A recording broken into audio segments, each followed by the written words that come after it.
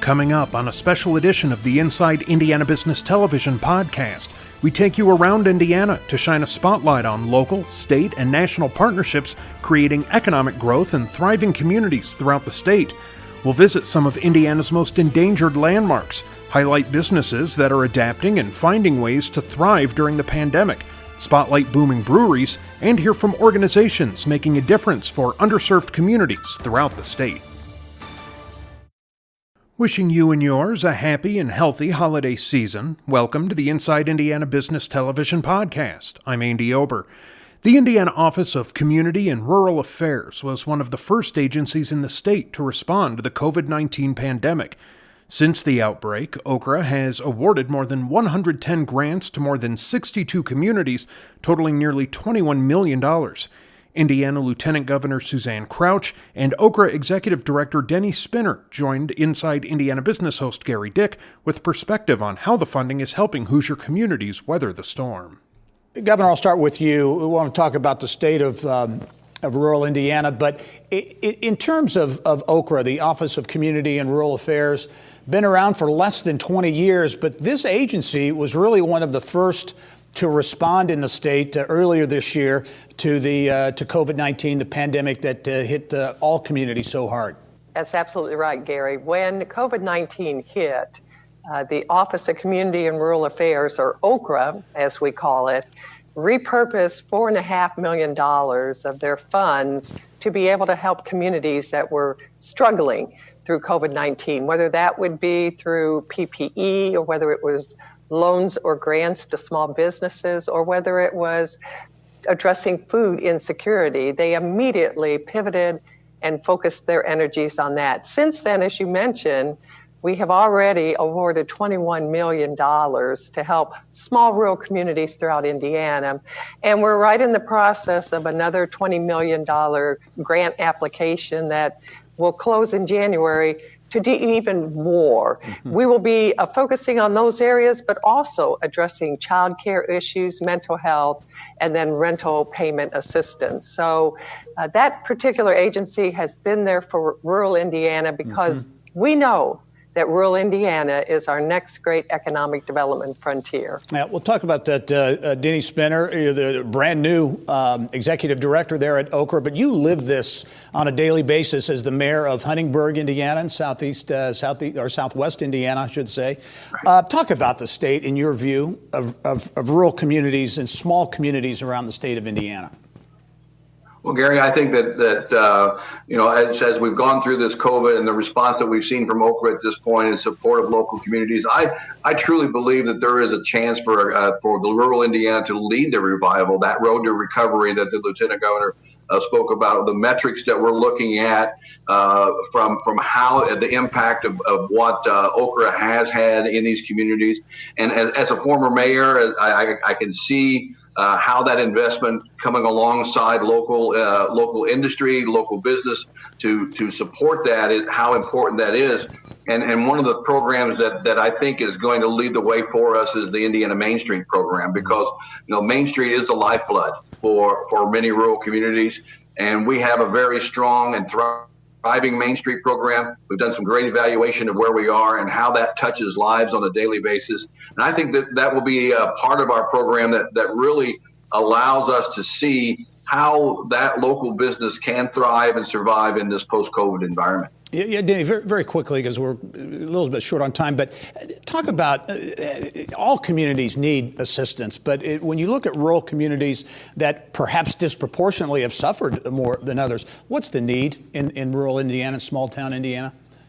Well, I think what we're talking about here is OCRA is a very basic foundational organization that provides that infrastructure that allows communities to thrive and grow. We have to have, and just last week we granted out about $8 million for water, wastewater, and stormwater improvements. You have to have the basics there to be successful. The utility, the foundation that builds us strong. And as I know, a passion for the Lieutenant Governor is the broadband package that we have to have. That is a vital need in rural Indiana is that connectivity that we have to survive. Yeah, and that was my next and final question.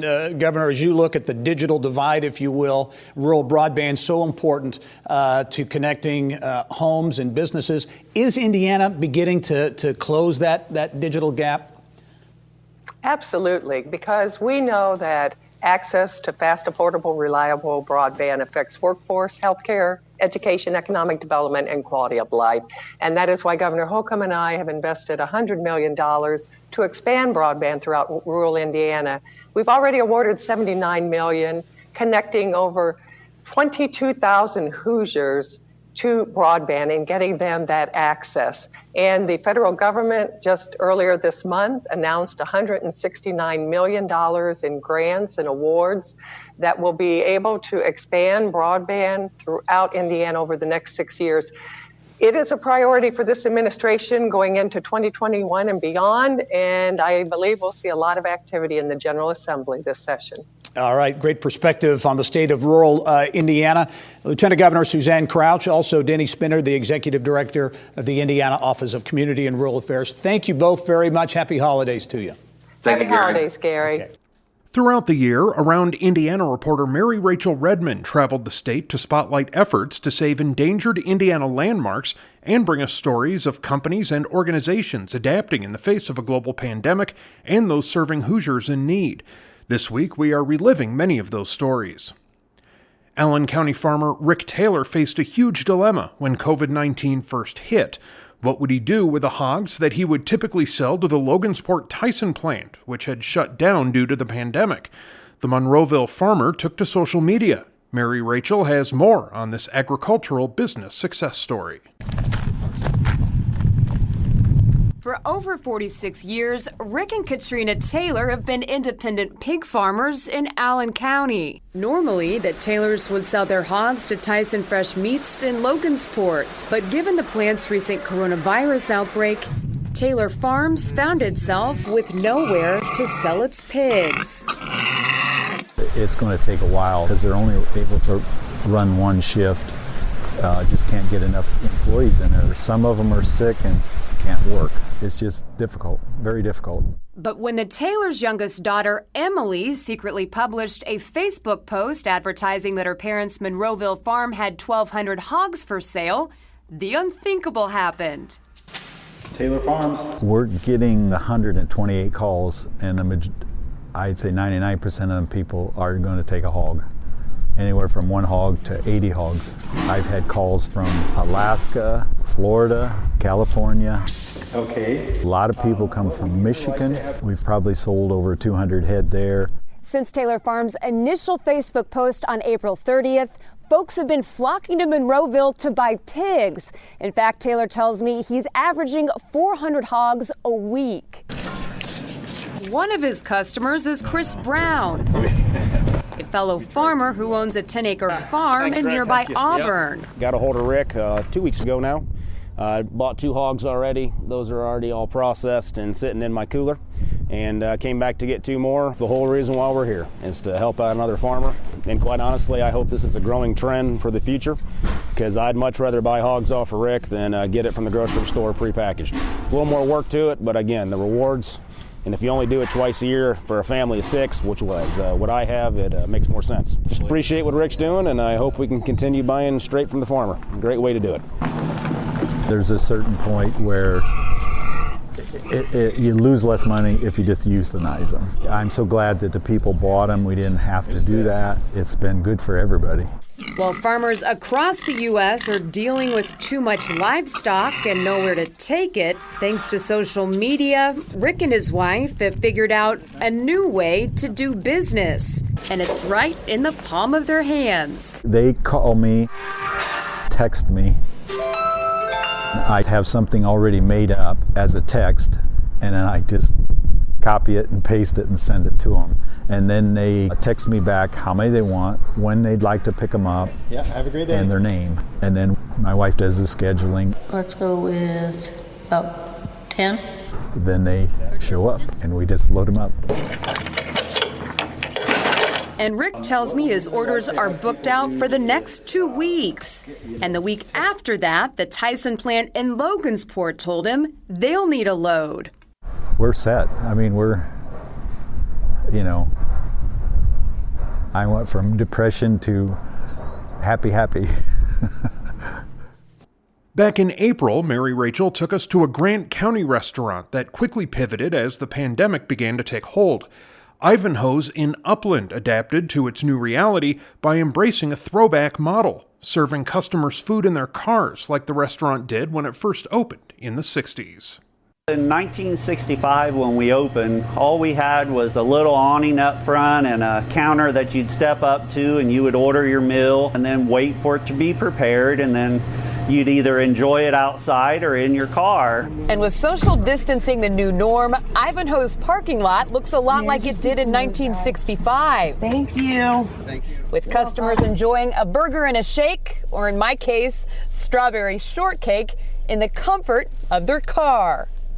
When this whole thing started that they were going to have to close my dining rooms, I was like, let's not let this be a downer, this is what we were built upon. In 1965, we didn't have dining rooms, and so we decided to make the best out of it. And customers are responding. So much so, Ivanhoe's had to purchase a second phone line just to accommodate the influx of call-in orders. Ivanhoe's, how may I help you?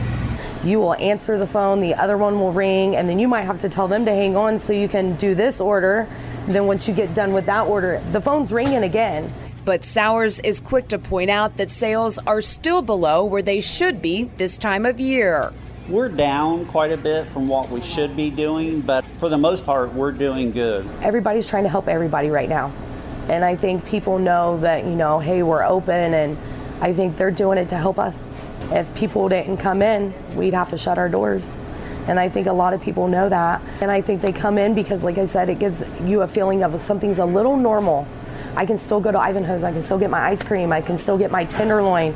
It doesn't make you feel like there's this weird pandemic going on. It's just a little breath of fresh air, I think, to everybody when they get to come in and they're like, hey, I can still go to Ivanhoe's and get my ice cream or my shortcake. Mary Rachel Redmond, Inside Indiana Business.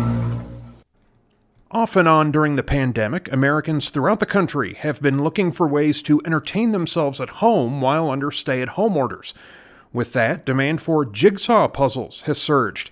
Mary Rachel visited Package Right in Tipton to see how that puzzle and game company kept up with demand. With non-essential businesses shutting down across the state, Package Right in Tipton, Indiana was no exception. But with the surge of people staying home, puzzles have suddenly become a hot-ticket item, which presented a unique opportunity for Package Right Vice President Pat Kulsajak. When the governor of Indiana decided that it was time for businesses in Indiana to close on March 24th, we immediately closed our facility. We immediately all wanted to just get home to our families. Interesting enough, as time went on, we were getting a huge demand for our manufacturing of games and puzzles. It didn't take long for the market to run out. As a result, we got our staff together and started talking through some of the issues. I proposed a letter to the governor's office, and I asked for permission to open up under certain restrictions and certain circumstances. I was granted permission. And since opening back up for business, demand for puzzles has skyrocketed, with customer demand up 50% in just the last 2 weeks. And it doesn't appear to be slowing down anytime soon. In fact, Kulsajak says he's looking to hire another 60 plus people to help with the workload. During this time of the year, we would have 130 to 140 people working. We're averaging right in the neighborhood of 60 to 70 across 2 shifts. We employ locals. 90% of the people that work in this facility drive less than 25 miles to get to work. We're averaging right in the neighborhood of 60 to 70 across 2 shifts. So I have a need for another 60 people. If every one of my employees decided tomorrow that they were going to come back with the demand of the puzzle right now, I could use another 50 people. And during this time of uncertainty, Kulsajak says providing families with a fun distraction is what gives he and his team the most satisfaction. It's wonderful. I mean, we absolutely love what we do here. And we love what we do because of who we're impacting. And when people are working our puzzles, and we know that we're the ones, and when we go to the websites and we see the great feedback that we get from the puzzlers out there, it just drives you. It drives you to want to do more. What do legendary personalities like James Dean, Maya Angelou, Mark Twain, and Amelia Earhart have in common? Their estates are represented by CMG Worldwide, a company with Indiana roots dating back more than 35 years. Mary Rachel spoke with the company's founder and one of James Dean's relatives about CMG's evolution and services. All dead for several decades, but still making big bucks. And they all have one man in common. That's Babe Ruth's daughter. His name is Mark Rossler, and he's the foremost expert in protecting the rights of the famous deceased. These are the suits from the Blues Brothers. In fact, he quite literally pioneered the industry himself after getting a law degree from IU nearly 40 years ago. I was in the right place at the right time. I went to the chairman of the company. I said, I would stick around for a little longer if we set up a separate company where we could use some of this expertise and represent outside clients. And he said thought that was a good idea. That company would soon become CMG Worldwide. And as founder, Rossler now represents what one might call the who's who of the departed, from the king of pop to the king of rock, and over 300 of the most sought-after celebrities and brands in the world. I started the business here in Indianapolis in 1981. I was a young attorney, and I thought that there were ways that we could protect name and likeness. This is a Marilyn Monroe skirt. Before Rossler, a celebrity's right to cash in on their valuable name ended when they died, leaving their loved ones with no control over who could profit from their likeness. May I have some dirt, please? One of the first to benefit from Rossler's help happened to be a fellow Hoosier. I can remember him really like an older brother. Marcus Winslow is the cousin of James Dean, and he still lives on the very farm where Jimmy, as he was known in Fairmount, grew up. Oh yeah, the movie posters are original. East of Eden to Rebel Without a Cause, and Rebel wasn't even done yet when he got cast for Giant, and he just finished Giant when he died. So he really only did three major movies.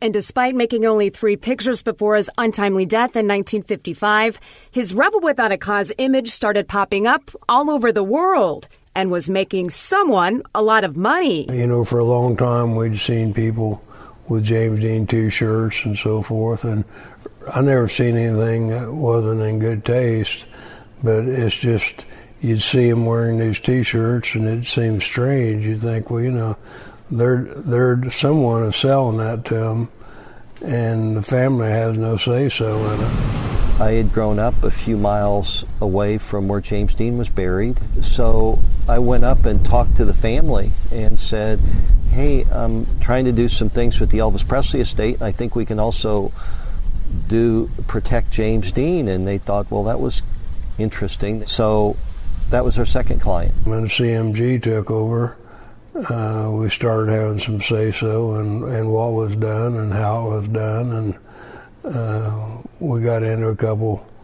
major lawsuits. Took a lot of unnecessary chances. Warner Brothers saw James Dean as a great example. They surprised us, and they filed a lawsuit for $90 million.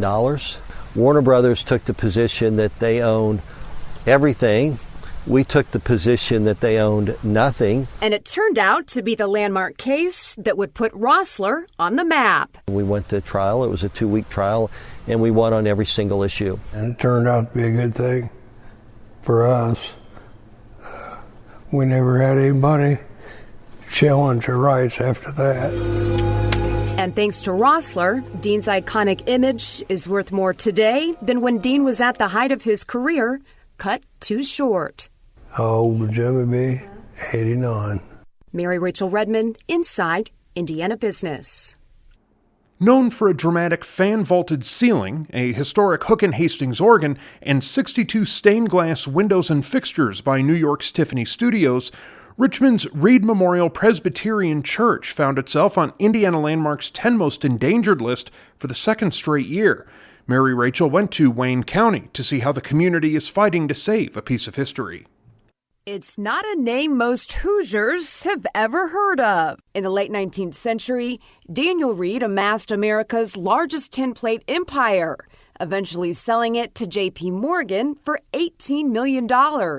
He was already wealthy, but he was instantly fabulously wealthy. And right about that time is when we started getting some correspondence back here about him wanting to build this church. A church Reed would spare no expense to build. This church is almost like a time capsule to the turn of the century. It represents something that we do not see often in the preservation field, let alone in regular life.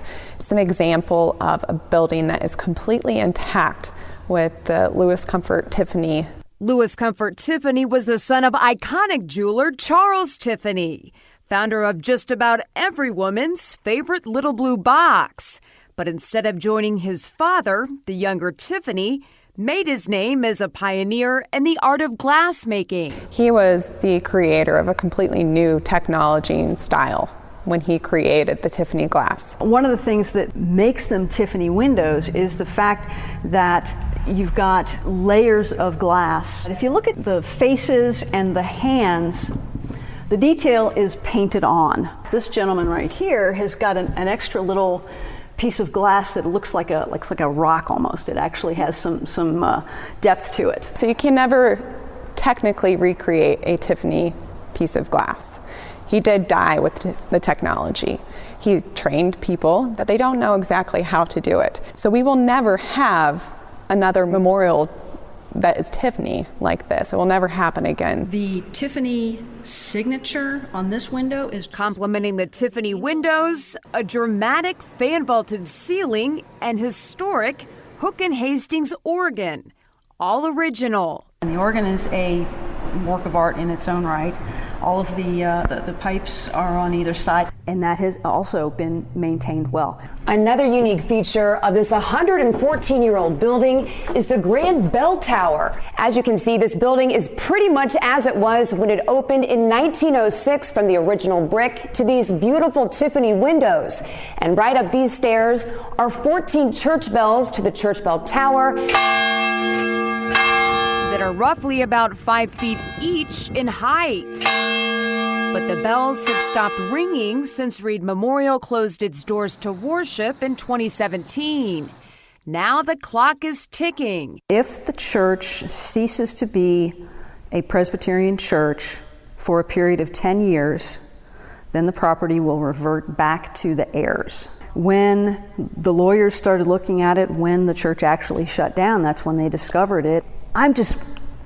It's 100 years ago. Is that really still in effect? We have people from across the nation that come to see this example of Tiffany. It is rare to find buildings like this in our area and have a community that is still highly dedicated to preserving this building. It is truly a gem for historic preservation. There just can't be many structures around anywhere that rival this kind of artistry and history that are still in pretty good shape today. It's beautiful, and I know nobody wants to see anything happen to it. Mary Rachel Redman, Inside Indiana Business. Remember, you can catch Inside Indiana Business Television on stations throughout the state every weekend. Head to InsideIndianaBusiness.com to check listings. Gary Roosevelt High School has a proud and rich Hoosier history. Built in 1930, it was one of only 3 high schools in Indiana constructed exclusively for black students. The school now sits empty after years of deterioration. Mary Rachel Redman has more from Gary on efforts to save this endangered landmark. City shouldn't let it go. They should never let it go, because this is history. They always told us that we just had to be better than everybody else because we was all black. Gary, Indiana in the 1920s was a booming city of steel, even nationally recognized for its innovative public schools. But not everyone was welcome in certain classrooms. And when the city attempted to integrate a few black students to its all-white Emerson High School in 1927, it ended in disaster. White students walked out of Emerson after attempts of integration, and the school corporation, in reaction, decided to build this school, and then it went on to again be a beacon of black excellence in the city of Gary. Roosevelt High School was built in 1930, and it was one of only 3 all-African-American high schools in the state of Indiana, a source of pride for many residents here in Gary. So this was our center of culture, and many of the city people that were in positions of authority or let's say influence were Rooseveltians. But this school was always considered a sacred spot. But this sacred spot has fallen on hard times. A faulty heating system, coupled with a polar vortex in 2019, caused a series of pipes to burst. And it was the final straw that closed the 90-year-old historical building for good. With the cleanup of the water damage and mold is $8 to $15 million. So that's just to get it back to how it was operating previously. From the school district's perspective, we're not planning on opening the school for a school district, but I don't see that the school district would ever use it for a school again. There's that historical aspect of it. Gary Mayor Jerome Prince is all too familiar with the rich history of Roosevelt. And in an effort to rebuild his city, and perhaps Roosevelt, he's turned to Gary's most famous family of singers for a little help. I've had at least a few conversations with members of the Jackson family who have a renewed interest in helping to reimagine, as we call it, the city of Gary, which includes at least some desire to help facilitate a renovation on the Roosevelt School site. My primary focus is to rebuild the city. So, is this part of the original structure? Yeah, this is the original structure. This is home to me, you know. I hate to see it in this condition. And while the school undoubtedly served as a point of pride for Gary's black community in its heyday, its strong alumni base is determined to keep the Roosevelt legacy alive for future generations. We are interested in being involved in whatever happens to the building, that we are staying ready to assist them and mainly be some part of the decision making. To the Gary Roosevelt squad. Youngsters don't know the history of Roosevelt, and I think they should know about the only black school at that time. It's a place that I always cherish. Mary Rachel Redmond, Inside Indiana Business. 2 of our Around Indiana stories had a similar theme this year. Hoosier organizations working to help underserved populations contribute to the economy in unique ways. DeMont-based Gold Standard Trust works to teach inmates skills they will need to find work when they get out of prison. In Indianapolis, nonprofit Purposeful Design aims to provide work to those struggling with homelessness, addiction, poverty, and incarceration. Here's Mary Rachel Redmond with both stories. Just pulling up to the facility, you see these tall fences, the razor wire. It's very daunting. Once we got in there and we got to hear the offenders and hear their stories, they're people just like everybody else. And we want to give them an opportunity. And that's precisely what DeMont-based Gold Standard Trust is doing at Westville Correctional Facility. They gave us a tour of the facility. It was like walking into any other manufacturing facility. There was guys just working and working and working. And I talked to one of the managers and I said, how many of these guys would you hire after they got released? And he said, probably 85 to 90%. And when I walked out, there's another building off to the side, and I asked the tour guide what was happening in there, and he said it was empty. And it just kind of clicked. A couple days later, we made the decision to partner up with IDOC. The goal of this new joint venture partnership is to teach inmates valuable manufacturing skills that they can use once they leave prison. And at the new location inside Westville Correctional Facility, inmates will learn how to build trusses like this guy. What Gold Standard Truss is doing, they're actually bringing in a truss manufacturing company. So they're bringing in state-of-the-art equipment, making a very good investment here in the state of Indiana. And invest they did. Nearly $1.5 million, turning the once empty building on Westville prison grounds into a first-rate manufacturing facility about the size of a football field that will employ around 30 inmates beginning next month. So is this what Westville will look like, the facility there? Exactly. This is exactly the same setup, same same everything. So they'll be learning how to build walls, build roof trusses, and build floor trusses. We also intend to kind of expand that training program to framing carpentry itself. So actually how to then install what they've built and how to stand them up in the field, put them all together and build a house. When you walk into that facility at Westville, you would never know that you're actually behind the wall in a high maximum security prison setting. It's got the most modern technology inside of it to build the truss components. It gives them a sense of freedom is because they have a purpose. One of the biggest challenges right now outside of the facility is finding a strong workforce that has a good work ethic. These guys are excited about the opportunity to come to work every day. The alternative is sitting in their cell. We looked at that dedication that we feel we're going to have from the workforce, and we really saw that advantage. Another advantage, increased production volume. So this Westville facility is really going to help you out in terms of meeting demand. Yep. 100%. It'll basically double our current production capacity.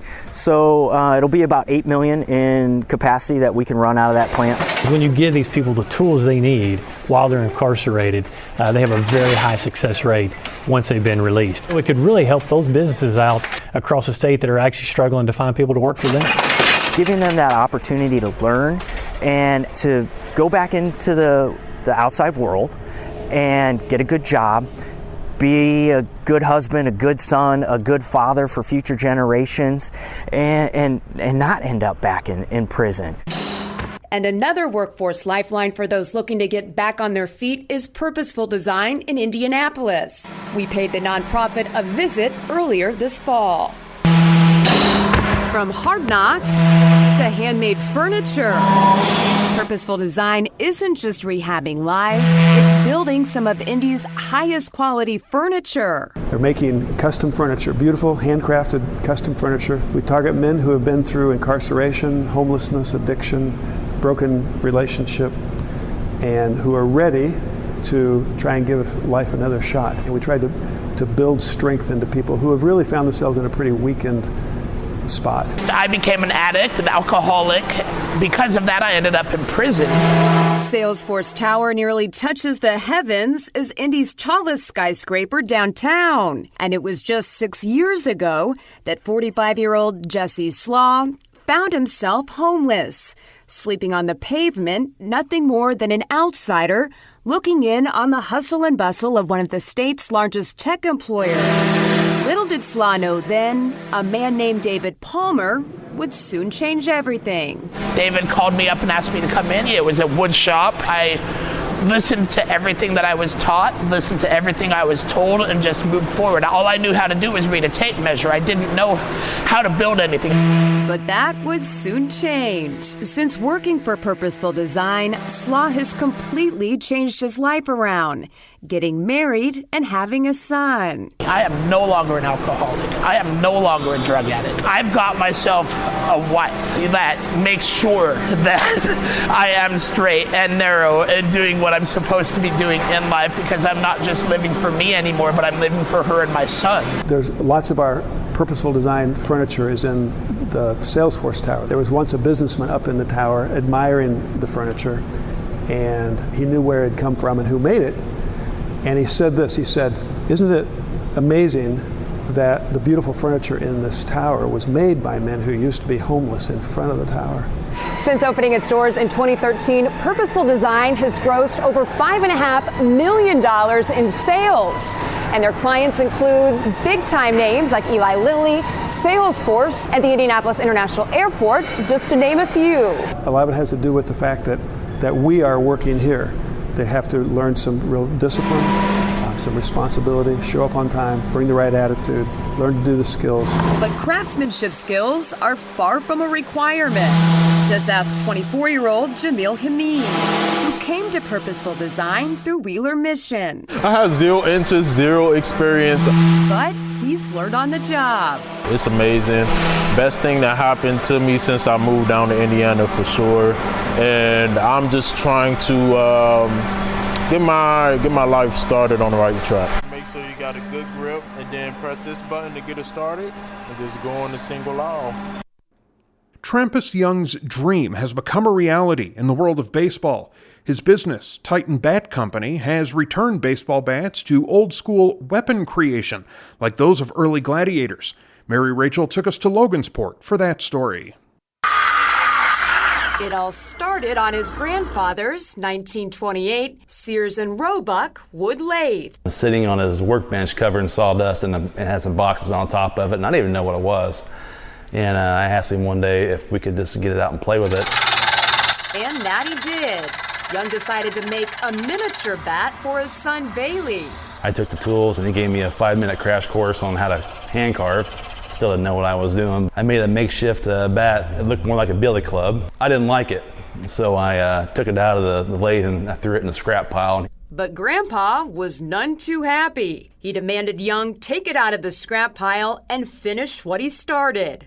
Yes, sir, I'll get it done. And that just may be the best advice Trampus Young has ever taken. I gave it to my son. He thought it was the coolest thing ever. And I just thought, man, if maybe I can make my son a bat he could actually use in a game. So the Logansport native, who by day works at the Indiana Department of Corrections, was gifted a larger woodworking machine, and he began making full-size bats by hand in his garage by night. Like the next thing I knew, I'm out there just making baseball bat after baseball bat, trying to figure out how to make it work. And that hard work paid off.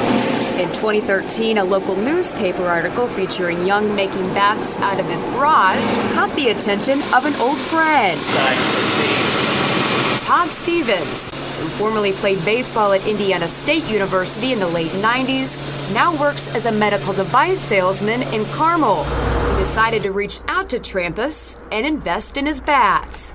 Todd came to me one day and said, man, maybe we should just try to work together on this and make it a business. So Young and Stevens officially formed the Titan Bat Company in 2014. It's just been blowing up ever since. Young tells me he's produced and sold about 3,000 bats in 2019 and expects to double that number in 2020, especially now that he's moved out of his garage and into this 5,000 square foot facility to help with increased demand. The demand is there. These bats that we make are I say they're the best bats in the country. And when people start swinging these at the pro level, I just know it's going to explode. And speaking of the pros, we've got several guys that are minor leaguers or AAA guys that use our bats, but we have to be certified to be able to use our bats in the minor leagues, single A, double A, AAA, as well as the big leagues. So they can practice with them and use them. We've tested them against Louisville Slugger and everything else.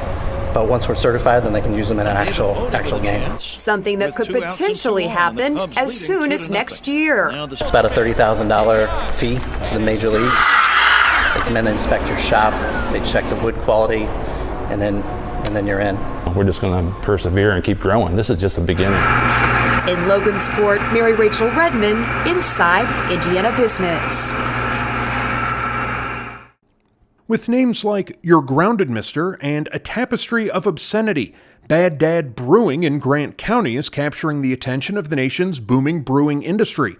Mary Rachel headed to Fairmount to learn more about this unique beer brand and why Bad Dad Brewing could wind up being a Hoosier destination hotspot. It all started when brothers Patrick and Derek Henry were growing up. You know, when everybody else was out on family vacations and such during the summer, we were working. All the good dads let their kids have fun, and ours makes us work. And that bad dad is Barry Howard, the namesake of Bad Dad Brewing. A corporate man for 20 years with a side hobby, home brewing, something he happened to be pretty good at.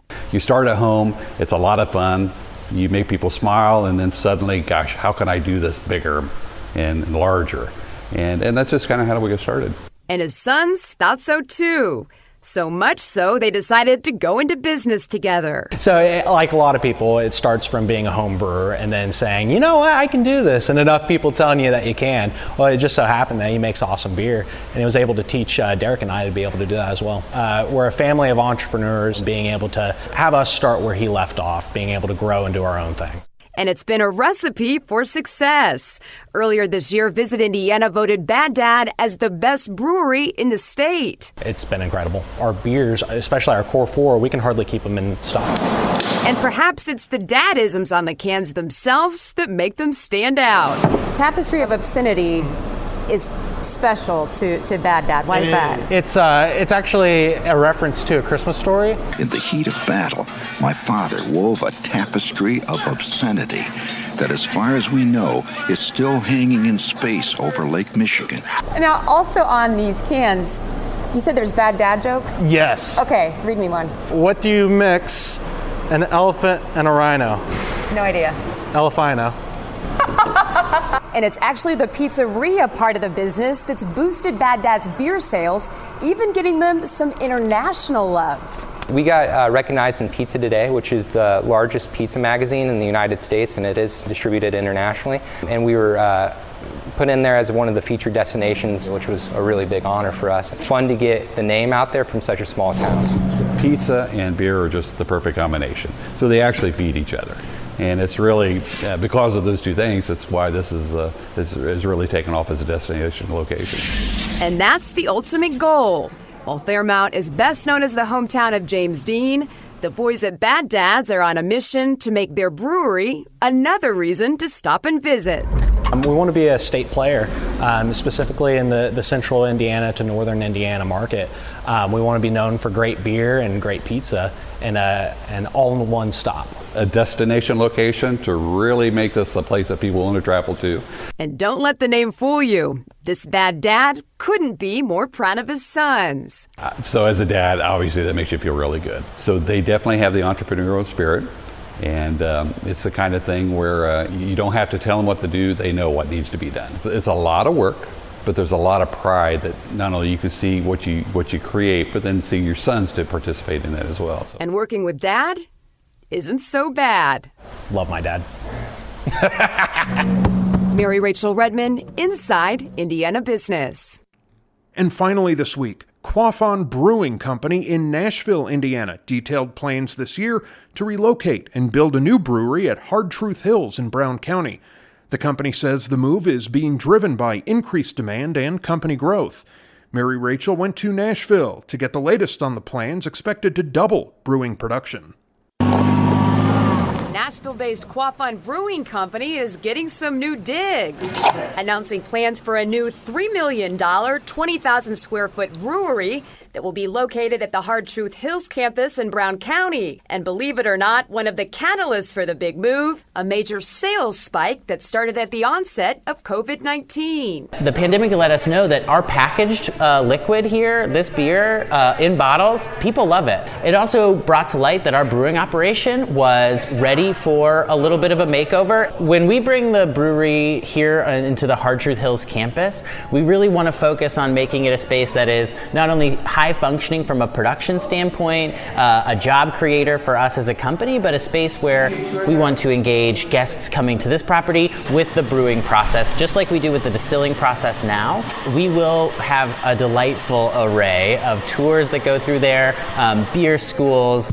And with beer swings, bourbon trails, and events like Camp Quaff for adults, McCabe likens what they're building at Hard Truth Hills to a Disneyland for grown-ups. You know, when everything was shut down, we had a lot of time to think about like what we do here and how we do it.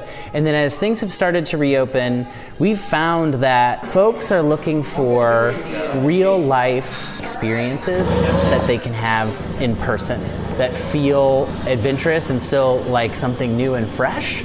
We've seen more folks coming here in the last couple months. Our business is up year over year here at Hard Truth Hills. Our tour revenue and the number of tours that we're giving, the number of people coming through on tours has more than doubled. And with most people just wanting the year 2020 to be over already, the folks operating Hard Truth Hills say this may be their best year yet. 2020 could very well be the biggest year for Big Woods, Quaffon, and Hard Truth. Our goal is to be a one gemstone in the beautiful array that is Nashville, Indiana, and to bring people here so they can experience something and have something really great to latch onto here at the property while experiencing all of what Brown County has to offer. Construction for the new brewery is expected to begin next spring, with beer production and tours starting fall of 2021. That wraps up this special edition of the Inside Indiana Business television podcast. Remember, you can find all of this week's TV segments, as well as the top business news from throughout the state, at InsideIndianaBusiness.com. While you're there, you can also subscribe to our platform of free e-newsletters. This is Andy Ober for Inside Indiana Business.